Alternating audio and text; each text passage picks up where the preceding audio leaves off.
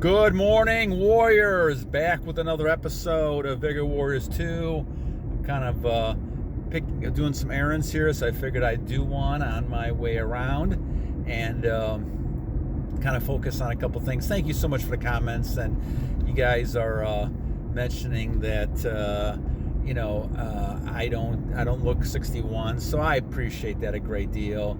I am very blessed. I feel very grateful and blessed from the Lord.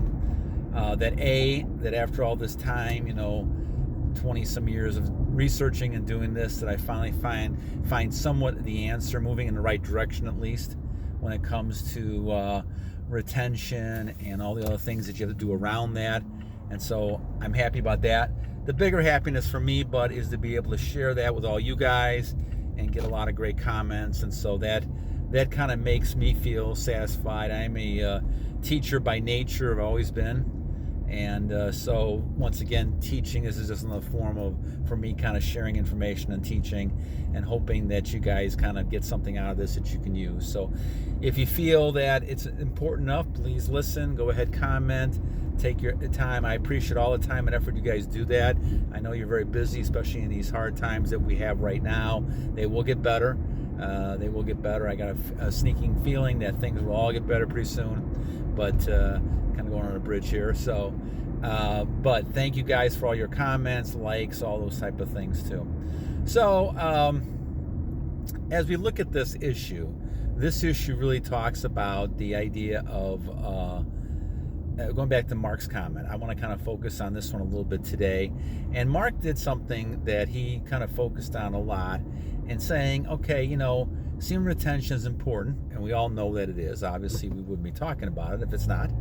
But there's a lot of other things that go along with semen retention that we have to kind of look at. And I agree wholeheartedly, and he brings up a number of different things. So I'm going to talk about additional types of activities that add to your semen retention. So let's kind of focus on it a little bit. So the bottom line is, with all of this, that we want to become the strongest, the most efficient person we can. And it doesn't matter what your age you're in. You could be starting this at 18 years old, and more power to you if you found this at 18 and really want to do this at 18. I give you a heck of a lot of credit, admiration from my end of it, because I feel that it took me a long time to actually kind of get to that point. But it's great for you, and so continue. God bless you to continue working in that way. If you're 20s, 30 years old, 40 years old, 50 years old, even at my age, 61, there's no time than now to start and to start all this. I think a lot of times people give up hope as they get older, and so maybe I can provide an inspiration for some of the older young men out there who are getting younger by the day, and giving some inspiration on how maybe to continue and trying to strive for things as they get older. So as we look at this, so the key is try to become the best person you can become.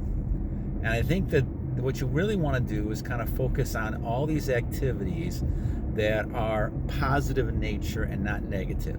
That's going to help you do that. And no matter what injuries you've had, I started a lot of this back in 1998 because I had a lot of arthritis, eczema, things like that.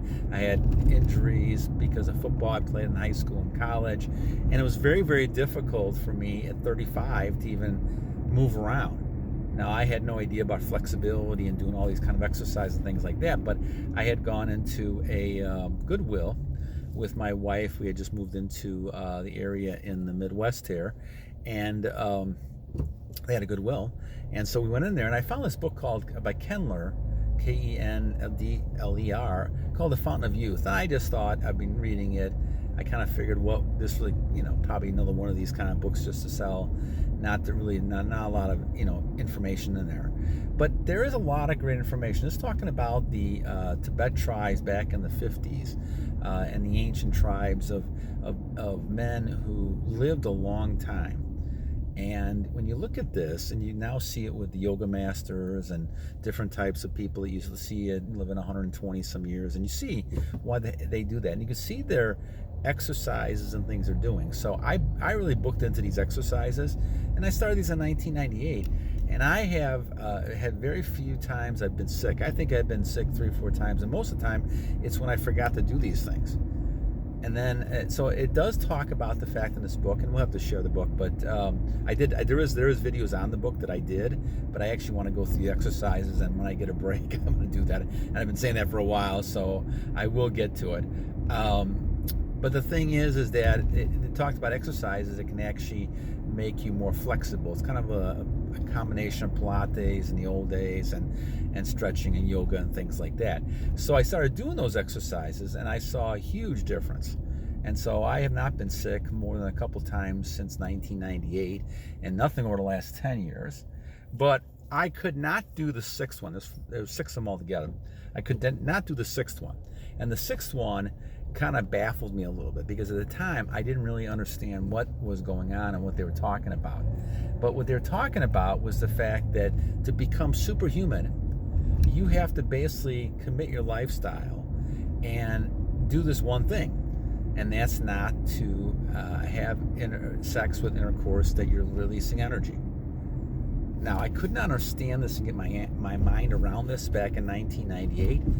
It wasn't until over the last 5 years or so that I started reading more into this, and I looked at things like brahmacharya, sophism, celibacy, and figured out what he's talking about in this exercise. And this exercise he's talking about that I finally realized was talking about, keeping your energy, not losing it, retention, and then transmuting it upwards. And that's what the exercise is. And so I decided a few years ago that I think I'm at 280, 780 some days, 85 days now, that I wasn't going to go ahead and release an energy, right? And in fact, I had to actually go to monk mode, because I couldn't do, even thinking about it and that sort of thing, I would feel an effect differently. And it's almost like a mind type of switching. And all of a sudden, you're switching your mind away from women, and you're switching your mind onto goals and things you're doing. And that's the key to it, my friends. You're going to have to go ahead and find things to do. And so that's why we talk about, Marc had this great comment when he's talking about additional activities, because what you really want to do is not just retain, but you want to transmute that energy into something else, into power, into struggle. And you're going to have abundance. I feel the abundance the last couple of days again. I get surges every so often where you start feeling a huge abundance of energy. And what ends up happening then is that you have to siphon it off, or else you're going to eventually drive yourself crazy with it. And this is what happens to some people, and this is why they get frustrated and sometimes report negative types of things. They're not really transmuting it. And we talked about exercises to do some of them. My favorite exercise is putting my finger in one nose, taking a deep breath, and then blowing out another nose, and switching back and forth, switching my fingers back and forth.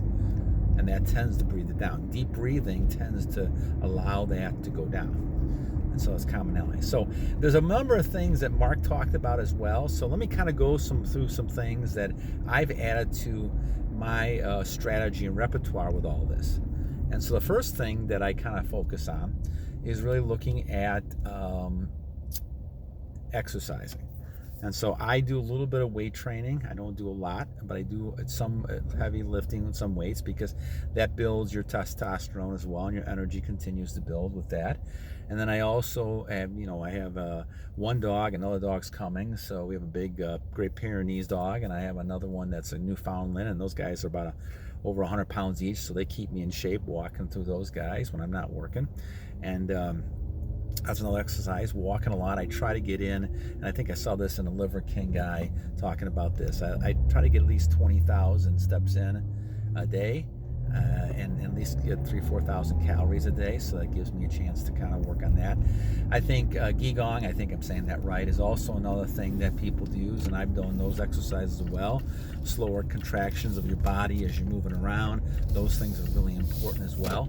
And I think certainly those things are all good. And obviously meditation helps. And so I do meditation at night as well, and I try to connect my fingers with my fingers and my feet with my feet in a squatting position. I tell you, for a male, that's hard for us to do, but I think if you do that, you're going to get a lot more positive from that, and that's all very good, and continue doing that as well. So besides that, as you're looking at this, I would also say to you that you want to kind of focus on, looking at a number of different things that can kind of help you in the things that you do. So for instance, besides exercise, I would say you want to go ahead and look at your diet. Now, I used to have a terrible diet of a lot of sugars and carbs and things like that, and I went to more of a keto type of thing.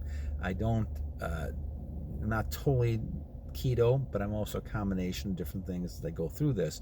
But the one thing I do is a lot of intermittent fasting. And fasting is good. I think it shocks the body a little bit. You're able to move back and forth and actually kind of, tell the body different types of things going on with you. And I think that's always a good type of thing to do. So fasting is important as well. I do an 8-hour fast from 12 to 8. 12 at night, 8 at night to 12 the next day. So I do that as well. So besides those type of things, you're also looking at, obviously things you're putting in your body. I don't put a lot of carbs. I do a lot more protein as I'm getting older, and those type of things as well. I drink a lot of water. I like a gallon of water a day now. I have actually a big gallon jug, which I keeps track of what I have. And that's always positive as well. I think work-wise, you have to get yourself in goals and do things to kind of be able to transmute that energy. And obviously, you're not going to allow stress and other things to get you involved. Chasing after women, guys, is the worst thing that I've ever experienced. And I did that when I was younger. It wastes a lot of energy. There's no purpose. And a lot of times, women don't respect you that way anyway. A lot of times women respect the guy who will go ahead and have something with them, going ahead and doing things and not just wasting their time, chasing them around, right? They want a guy that's going to be ambitious, goal setting, and do types of things. So anything you can do to better yourself, I think it's better to do that. Focus on yourself first, and then allow those things to happen. If you find somebody, that's great, but don't spend a lot of time wasting, and certainly don't spend any energy. That's your energy type of thing to let go. I think that's always something to remember and keep in mind. So, but anyway, I wanted to kind of get to Marc's comment. Marc, you're right on target. You have to do a lot of other types of things. I think retention is a good foundation to start, but I think at some point you can't just sit there and just do nothing. So the thing you got to do is you got to transmute your energy by doing a number of different things. I also take cold showers. I had forgotten to mention. I've been doing that for 2 years now, and very revitalizing in the morning. I'll tell you that much. Sometimes it's not always pleasant, but it's a very thing to wake up in the morning and get that warrior mentality that you have to get. All right. So anyway, Marc, thank you, and a shout out to you, my friend. I appreciate your comment and taking a lot of effort to write, and I greatly appreciate everybody who's been doing that. And so I hope we add a few things. Please, if you have any questions, comments, and any of this stuff, I'm learning as I'm going along as well. But I think I'm finally, after all these years, on the right path, moving in the right direction. I know that because I just feel the best I've ever felt. Ever, and I think it's a good thing to continue to kind of moving in this direction. And physically, I've not had any kind of ailments or problems like that, so it's also very good. So thanks again, Marc. Shout out to you, my friend. God bless you guys. Each one of you guys have a great weekend. I'll try to do one if I can tomorrow. If not, I will try to talk with you guys again next week. God bless you guys, and keep battling on. Battle on.